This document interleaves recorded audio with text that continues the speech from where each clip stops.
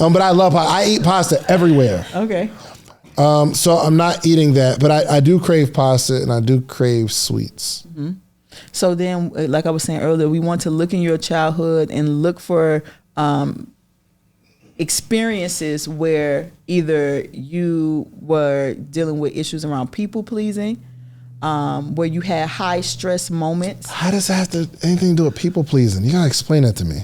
Right. So remember I was talking about eating certain foods. You have learned how to use them to suppress emotions. So when we think about like the holidays coming up, right? Everybody's coming to this party with all their emotional wounds, right? And they're eating all this unhealthy food, which makes them feel good. And then the aura of the holiday event is love, right? So now you have come with your emotional wounds and you suppress them with food surrounded by love. So now the brain is an image associating organ. So when you deal with emotionally traumatic events, when I say traumatic, that means anything that's stressful. People think trauma is just like fighting and things like that. Any stressful event can cause emotional trauma if you don't know how to navigate that scale in that environment. So we have all these people with their emotional traumas coming to an event where there's unhealthy food surrounded by love. The brain is an image associating organ. So now your brain knows you have this emotional trauma and associates the love that you feel with these foods. Wow. So now you have associated love, happiness, the dopamine response with that trauma, but that food takes care of it. For a minute.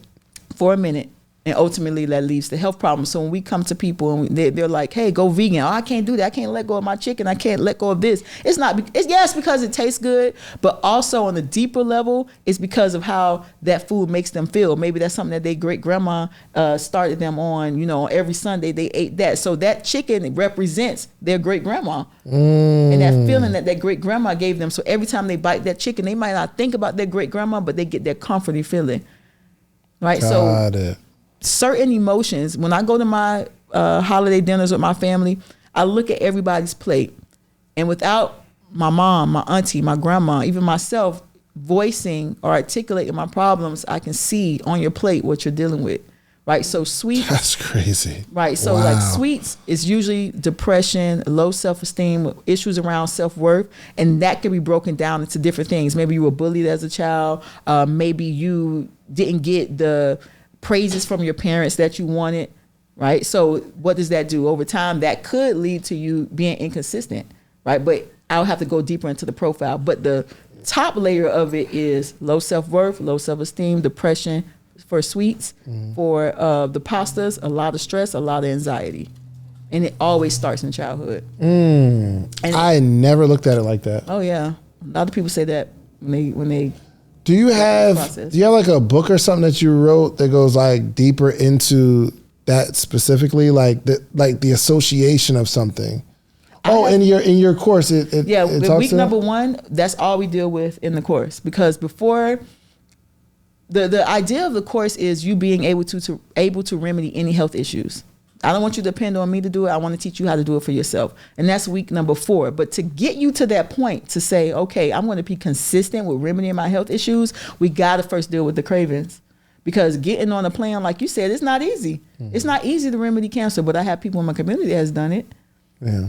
And I don't like to say, I didn't do it. By the way, I didn't do it. I want to make sure that's known. I didn't do it. They did it for themselves, and they have the passion to heal themselves, so they've been able to do it. Diabetes, high blood pressure, all of these things can be remedied depending on, and it can be regulated with food. But people never make it to that level because they're fighting sweets. They're fighting sugar. Sugar is very addictive. It's 1 molecule away from crack cocaine. So it's very similar in its chemical structure. It's not the same thing, but it's very similar in its chemical structure. So people are highly addicted to it. I'm addicted to it as well. But I understand when I'm eating that pie, I have to create a negative relationship with it, right? So we eat it and we create a good relationship with it. Ooh, it makes me feel so good. It tastes so good. Ooh, grandma, you put your foot in this. No, you need to create a negative relationship with it. This is killing me. This is causing oxidation of my cells. This is causing cellular death, which leads to dehydration of the cells, which leads to inflammation in the joints, right? So I'm saying these things as I eat it. over time, that helps you to create a negative bond to the food, and you can detach from it. You can do that. You can apply that to everything, to food, to people, to environments. You'll be able to detach from it easier. That was really, really good. We can clap that up. That was good. Oh my gosh. Thank you. So if I can deal with the cravings, right? So, and I think getting off, detaching from a craving, it just takes time of not doing it, Correct. right? But after we detach from the cravings, what's next? Well, you want to first create boundaries around yourself and make sure you plan out how you would act, because once you become triggered, you create a response where you go to something that's familiar. So say, for instance, my trigger is getting into a traffic jam, right? That triggers stress in my body. First thing I want to do. Pardon me, this water. It's okay. Please, like, yeah, please excuse me as I taking a water break. I'll take drink one this too. Essentia. This moon jug over here. I don't even want to drink this no more. I'm sorry. Put this back. Okay, go ahead. Continue. You may have a trigger that causes you to eat things. You want to suppress that emotion. The body doesn't want to feel pain. The body wants to get you away from pain, right? So if you experience, remember, trauma is any stressful event. You get into a traffic jam and that's a trigger for you. You want to escape that pain. So you can't escape the traffic. You may be able to do it through food though, and it makes that traffic jam a little easier to sit through. It does. Right? Actually. So you have to realize, what are your triggers? Not only are we disassociating ourselves from the cravings, but what is the trigger that leads me to eating the craving? That's something we need to explore as well, so that you have a parameter of boundaries of how you would deal with those specific triggers.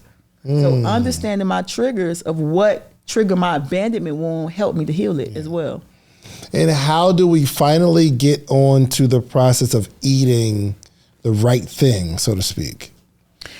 It always starts with the emotions, but after you understand, hey, these are my triggers, I created these boundaries, the next thing you need to do is do a spiritual detox, right? So you go through this process, or I like to call it a spiritual ritual, where you do a spiritual bath, you do a dump list, you put everybody on notice that you're going through this transformation, so they understand how to communicate with you through this. You know, don't trigger you, don't become a trigger for me. You want to put everybody on notice, and the very next thing you want to do is understand how to eat.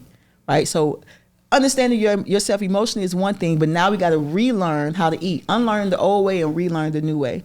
Right, so we've been taught how to pair wine and cheese and all these things, but we're not taught how to pair our foods. You can't just eat everything together. That's why we get the itis, right? Inflammation of the digestive system. You don't want to do that. You should not have a sluggish feeling after eating. So pairing food correctly. Protein should be eaten with low starch, non-starch vegetables. Carbohydrates can be eaten in small amounts with protein, but mostly with low starch, non-starch vegetables. Fats need to be eaten with leafy greens for optimal digestion. So we then go through learning how to eat. Got it. And that's a learning curve in itself as well. But you can go in the grocery store and be able to put meals together based on meal pairing. Then the next thing you want to do, that's the foundation. If you're dealing with any health issues, then you add on the herbs. Get your food right before you add on the herbs. Like, I know you say you drink a sea moss, and I'm not going to judge you, but I would rather you focus on the foundation first before adding the herbs. Also, sea moss isn't good? Sea moss is great. Oh, sea moss is a great additive. You know, and maybe it was the one I had. Maybe. What did you have? Like the flavored one? No, it was just terrible. It was in a jar. It was just, I don't know. I don't know what type. I don't know. The guy was like, "Yo, just try it," and it was sea the consistency of it. It's from the sea, so it tastes kind of like, you know, like salty a little bit sometimes. It tastes like it's from the sea. Yeah, exactly. It's from the sea. So you got. That's crazy. I never even made that connection. It was just crazy.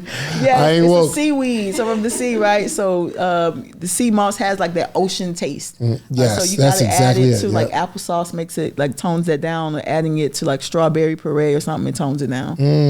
But if you eat it right out the jar and you're not used to that, it ain't gonna be a happy trip for you. When I ate it, it created a negative relationship. Trying to educate somebody.